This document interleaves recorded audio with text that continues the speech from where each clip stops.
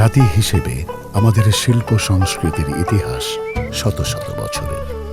বাঙালির জীবনের সাথে মিশে আছে অসংখ্য শিল্পরূপ, যা আমাদের শেকড়ের অংশ, আমাদের সংস্কৃতির নীরব ভাষা।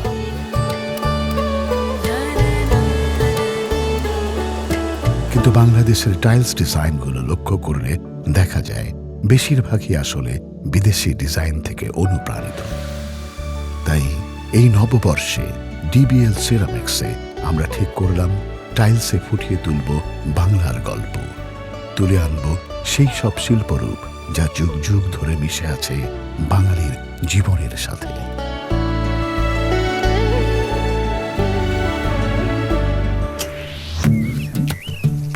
চাঁপাইনবাবগঞ্জের টিকইল গ্রাম দেখলে মনে হয় পুরো গ্রামটাই যেন এক খোলা ক্যানভাস, যেখানে গ্রামের মেয়েরা নানান রঙের আলপনায় প্রকাশ করেন নিজস্ব শিল্প ভাষা।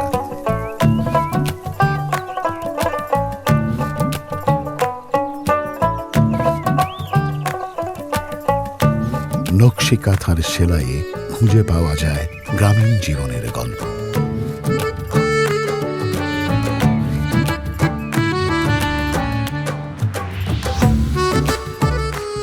জামদানি পল্লী, যেখানে বহু বছর ধরে জামদানি শিল্পীরা শাড়িতে বুনে চলেছেন বাংলার প্রকৃতির গল্প। ইউনেস্কো স্বীকৃত এই ঐতিহ্যের প্রতিটি নকশাই বাংলার প্রকৃতি থেকে অনুপ্রাণিত জামদানি শিল্পীদের নিজস্ব সৃষ্টি, যার আঞ্চলিক নামই তার মৌলিকতার প্রমাণ বহন করে, যেমন মরিচ ফুল, কাঁকড়া ফুল, প্যানা ফুল, আঙুরলতা ইত্যাদি।